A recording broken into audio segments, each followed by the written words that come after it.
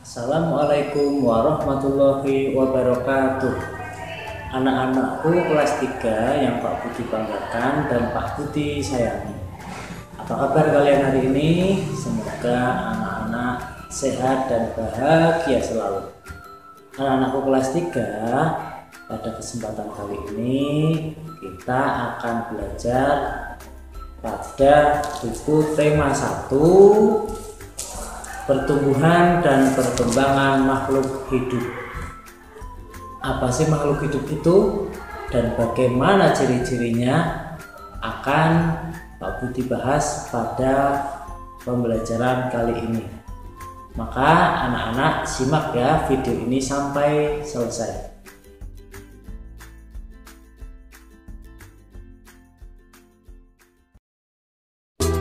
Makhluk hidup dan ciri-cirinya itu apa ya? Pengertian makhluk hidup.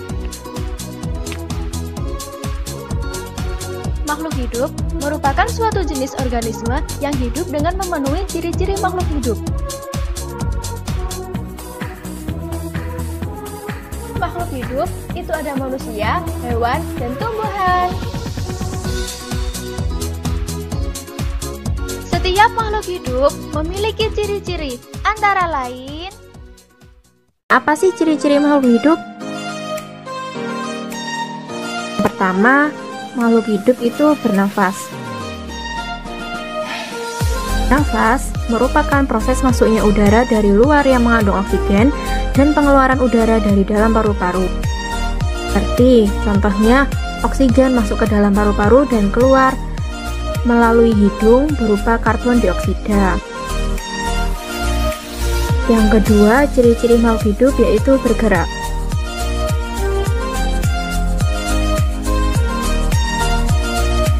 Bergerak merupakan suatu perpindahan posisi seluruh atau sebagian dari tubuh makhluk hidup karena adanya rangsangan. Nah, berjalan, lalu berlari, melompat, dan juga bergerak ke sumber cahaya seperti yang dilakukan oleh tumbuhan. Ciri-ciri yang ketiga yaitu peka terhadap rangsang.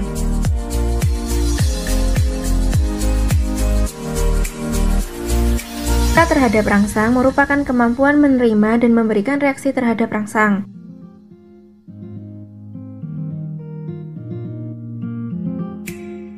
Seperti contohnya pada daun putri malu.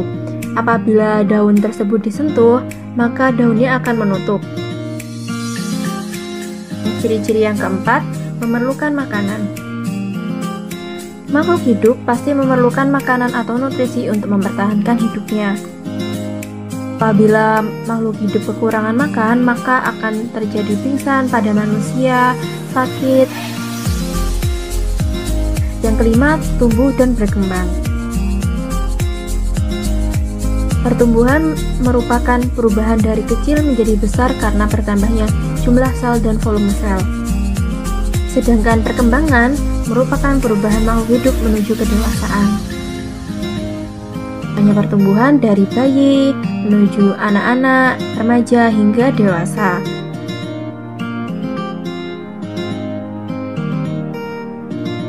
Sedangkan pada tumbuhan dari biji menuju tunas, lalu tumbuh akar, daun, hingga tanaman dewasa. Yang keenam, mengeluarkan zat sisa.